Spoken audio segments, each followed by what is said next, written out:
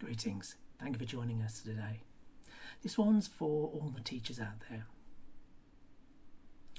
So I'll start with a message to any Conservative voter that might be considering voting Conservative again at the next election. Please don't. Education costs money. It has to cost money. You have to invest in the future of children because they will be the ones who drive the country forward and maintain our prosperity in the years to come. Education costs money. Get over it, deal with it. Now, to pay for this, of course, requires taxation, which means we all pay. This is not a bad thing. This is sharing the burden.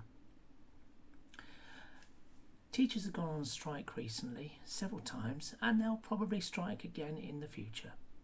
This is what has to happen to make sure the government is well aware of their obligations.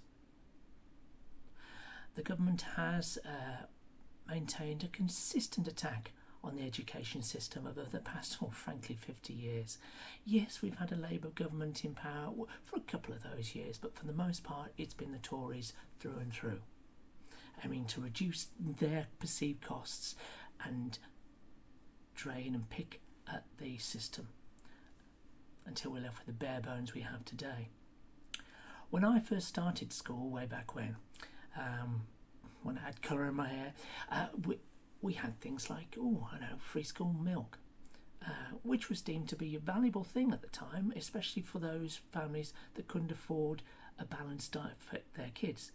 If a child had at least one bottle of milk a day, well, it's something. It's calcium to help them grow and develop and help maintain their energy through the morning of learning. Didn't take long for Margaret Thatcher to strip that away.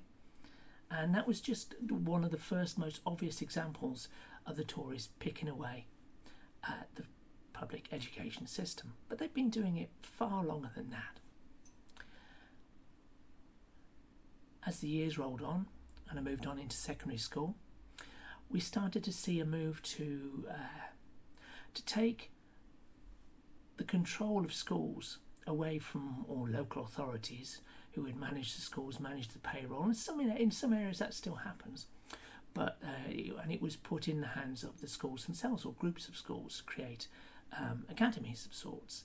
And the idea was that you put it all together. You can have focused areas for children to learn about certain things. So you might have an engineering academy or a sports academy and groups of schools providing certain services for students in the area.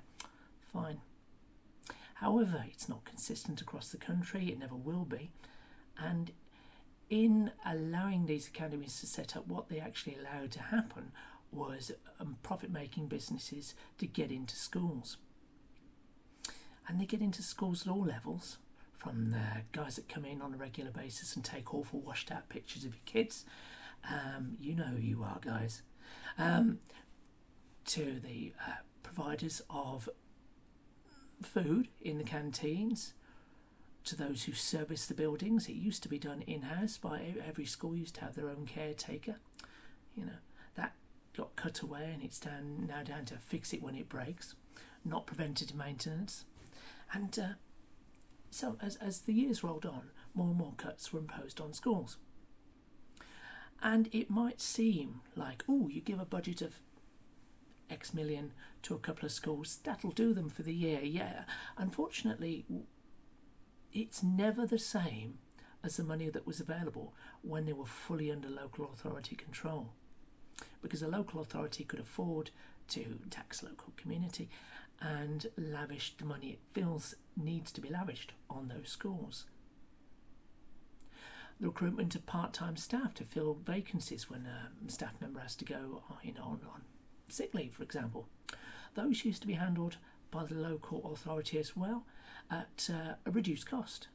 The local teachers would register on the supply list and they would be called upon by the non-profit making local authority when the time arose.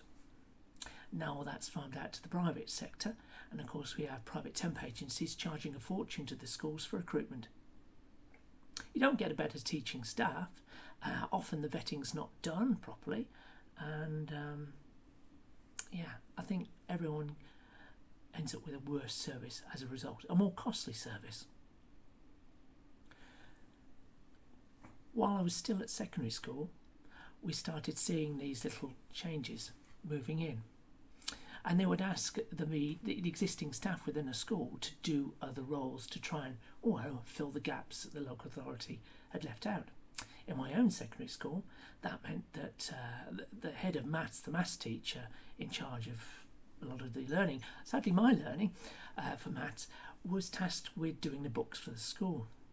Now, being able to teach maths does not mean you're going to be good at doing accountancy. These are two very separate, they're similar related, but separate skill sets. Okay, it is one thing to be able to convey the messages of how to do your algebra. It's quite another thing to look at a ledger book and spot issues before they become a real problem. It also takes time. So in my case, for one of the years, I had the head of the department teaching me maths, supposedly, except he didn't teach me maths. So when for my lesson, for the lesson of my peers, he sat at the front doing the books, and we all sat there with a book, working from the textbook, trying to teach ourselves. Now, I appreciate hindsight. We were privileged because we had books. A lot of schools don't have books anymore, and they rely on online courses for the kids to learn from, and a lot of that's done at home. In my day, of course, we took the book home and we tried to do our maths homework. So similarities, but I feel that the kids these days get a poorer service because they don't get quite so much teaching. They don't have the hands-on book anymore, and I think you need that. Now, parents, of course, they can be relied on to buy their kids books if they have the money, but of course in the latest environment that's not always easy, is it? Books cost, and you've already paid your taxes, so you'd expect, this would be catered for by the school. Not so. So my maths teacher would sit at the front doing the books every lesson, and only rarely did he ever find the time to stand up and actually try doing some actual teaching, which in his case amounted to walking around the room looking over your shoulder.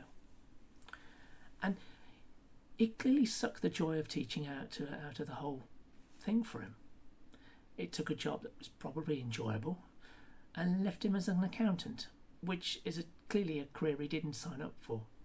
And the same sort of thing could be said for a lot of other teachers, head of department teachers within the school. They were tasked with different roles to manage the school. Now, of course, moving forward, we see a lot of schools have a sort of management team who work with the head to try and keep things moving. But again, it's a more costly system. The changes left people who'd gone into teaching for all the right reasons to teach, feeling quite drained. And I know a number of my teachers succumbed to some pretty dark thoughts over the years as we moved through those times into the Ofsted times and beyond. And many of them left teaching. I think that's a loss, a great loss. I'm not talking just leaving through retirement, I'm talking leaving because they couldn't stand any more paperwork. Sad thing. So the one lesson we had, the one lesson I learned something off of my maths teacher, was when he was walking around looking over my shoulder. And at length he pauses over my shoulder and looks down at what I'm trying to do. And I find that quite off-putting. So I sat there, paralysed, waiting for him to say something because all my errors were there for the taking on the page. But he said nothing. So a couple of minutes passed. I said to him, I says, "Can you not look over my shoulder? I find it quite off-putting." And he says, "Matthew, someone will always be looking over your shoulder. Seems to be the way these days." And moved on. Pretty much a mic drop in the environment of the classroom. Just boom. I thought, that's deep. And in many respects, especially within the teaching, it's quite correct. As the Ofsted Now, if you're in the States and you don't quite understand what the Ofsted system is, it's an acronym for something, I forget what. But basically what it is it's to try and regulate the schools to make sure that across the country they provide a consistent learning experience, that students feel safe, and it's all standardised. The idea is you meet a certain standard and it'll be excellent across the board. That's what we aim for, excellent. So that every teacher is subject to a lot of checks and balances. So you get an Ofsted inspector will come in and inspect a certain number of lessons. So they'll sit in the back, usually saying nothing.